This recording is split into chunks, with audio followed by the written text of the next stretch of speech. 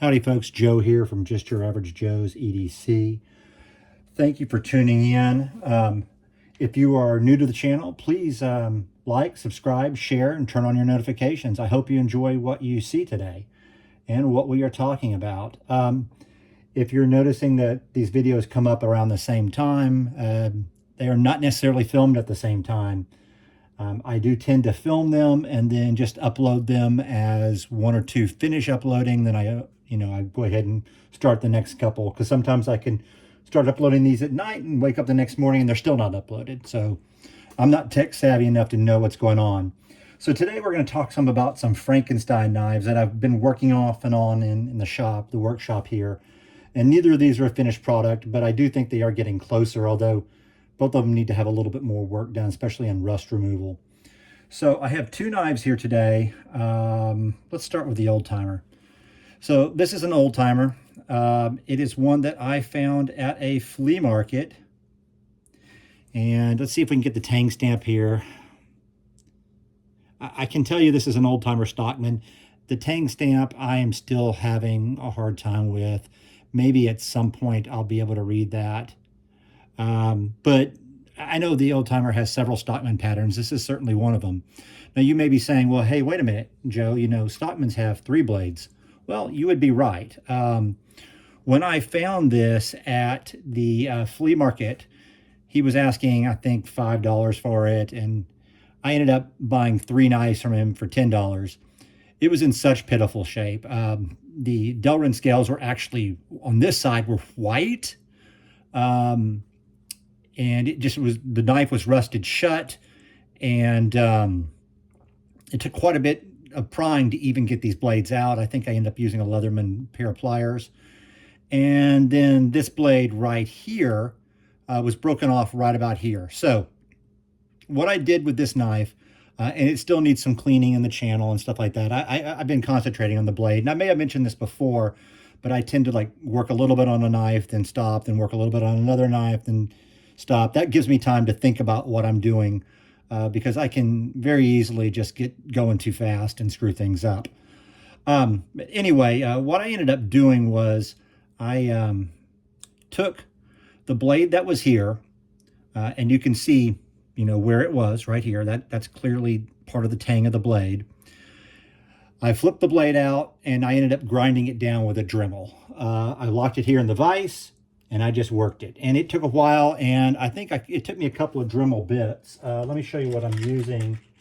And I know there's probably better things for this, but as I've stated before, I just kind of use what I have until I decide that I can't anymore.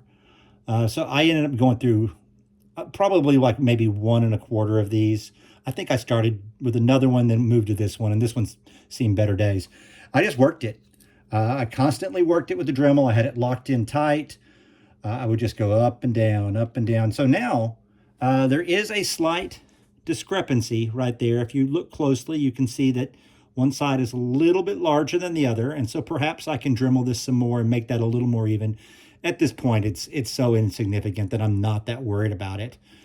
But I just Dremeled it down until it looked like there had never been a blade there, unless you're looking at it this way. And still, I think, honestly, that looks pretty good. I mean, if you're a knife person, you know that this part right here signifies a blade was there. But so what? I mean, really, who cares? I got rid of it. I turned it from a Stockman into a jack.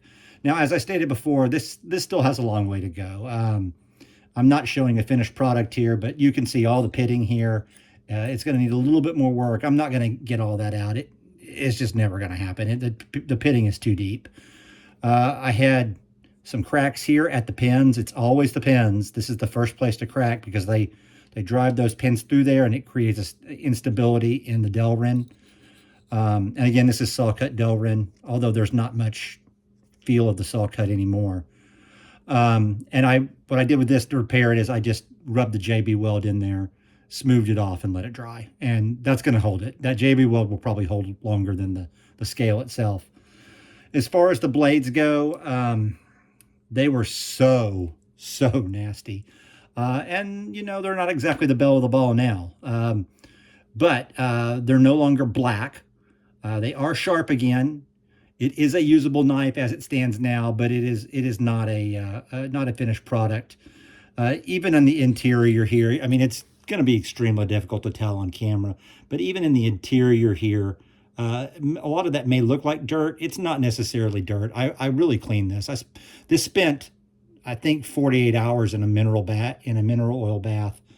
Mineral oil right here. It's a good mineral oil, by the way, on Amazon, pretty cheap.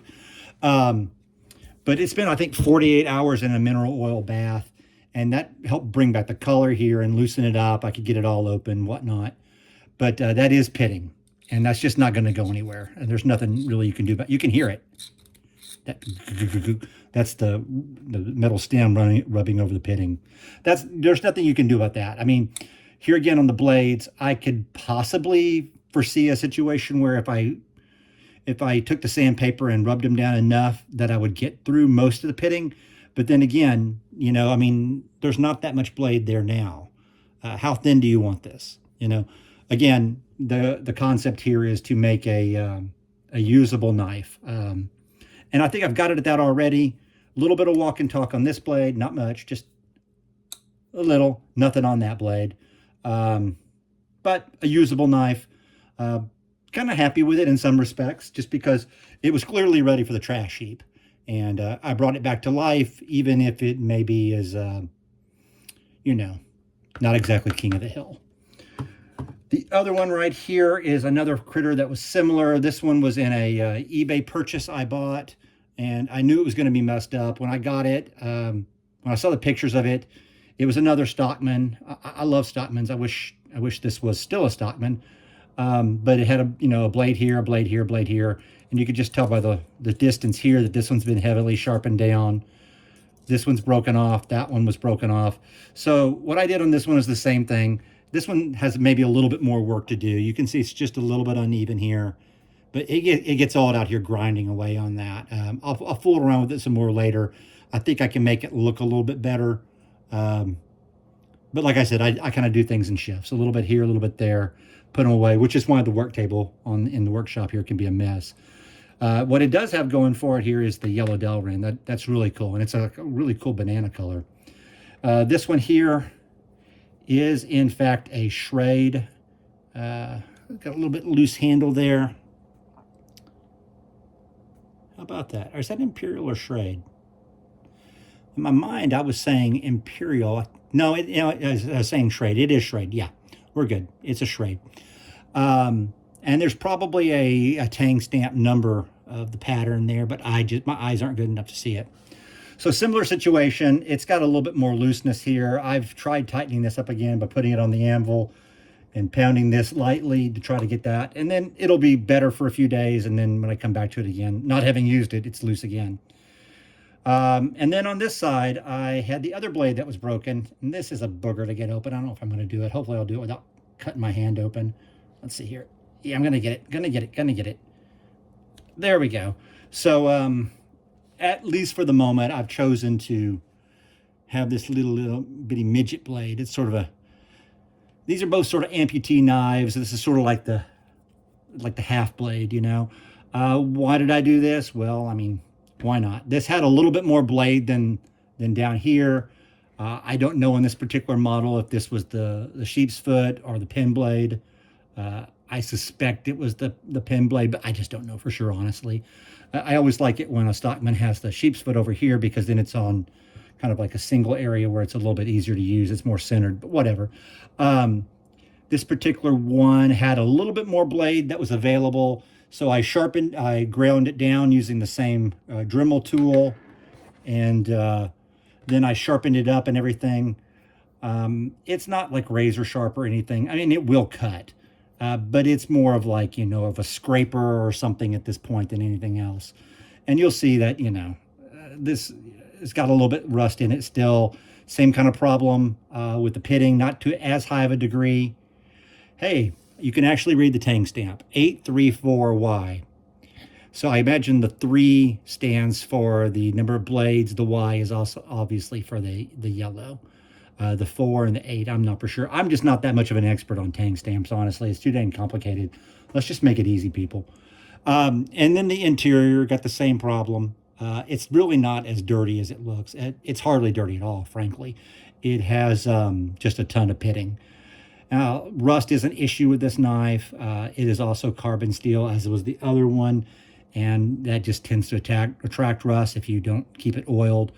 I think it's been 2 or 3 weeks since I last really worked on this one. I may have piddled around with it once or twice, but it's probably already picking up a little bit of rust sitting out here. And then, you clean it up and you oil it. You drop the blades back in and the oil leaks right back to this area again. I mean, that is just a given. Anybody who's ever oiled a pocket knife knows it comes back in that spot again.